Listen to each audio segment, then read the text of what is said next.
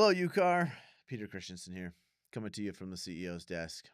We're going to talk about, this is kind of an oldie, but a goodie. Is that saying played out?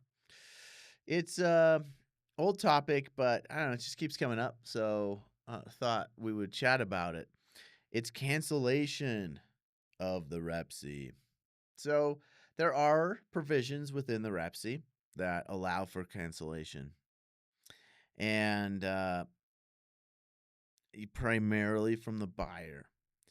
And the question has come up. There have been, there was some litigation involving an incorrect cancellation. Well, incorrect in one way, correct in another. So the buyer had the right to cancel, but gave the wrong reason for canceling.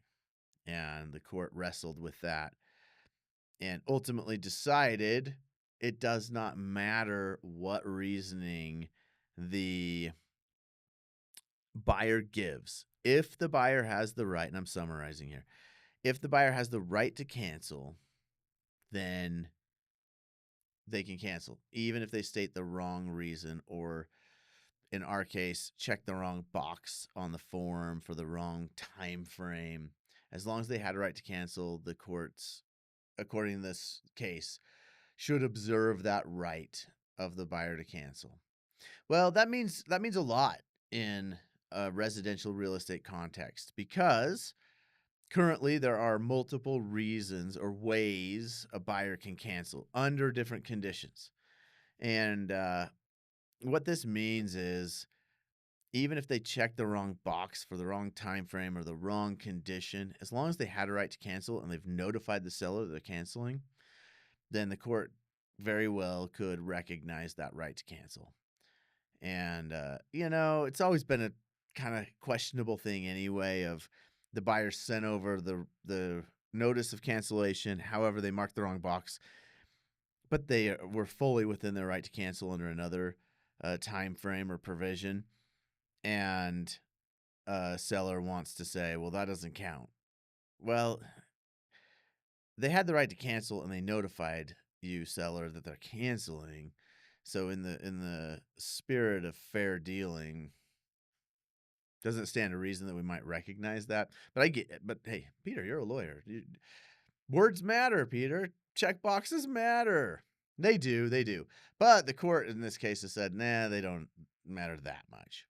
So what do we take from this? Well, first of all, I've always advocated that the less information, I know sounds terrible, huh? The less information you give in this case, the better. When you're canceling on the buyer side, don't over-explain. Don't overcomplicate things. Just say, I have a right to cancel and I'm canceling. Boom. It just makes things a lot cleaner, a lot easier. The more explanation you give, the more you are giving the seller grounds to get upset about, right? You're giving them reasons, justification, that then they start saying, well, that's not a good reason. Wait a minute, that's not what you said last week. That's we don't think that that's an okay reason. Well, if you have, and in our current REPC, there are multiple provisions where it says in the buyer's sole discretion. Sole discretion. That means you really don't need to give much of a reason, buyer. You just say, in my sole discretion, I want to cancel. Boom. And that was done on purpose to cut down on litigation, cut down on fighting over, is that a good enough reason to cancel? So less is more. I know we just sometimes want to be helpful, right? We just sometimes want to give information. We're friends. We're all friendly.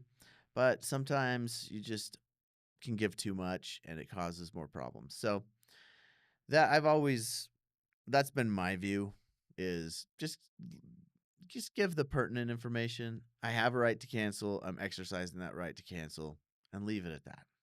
Leave it at that. And that's still how I would approach it. But remember, this is not legal advice. You can do whatever you want. If you need legal advice, please contact your attorney. Thanks for tuning in.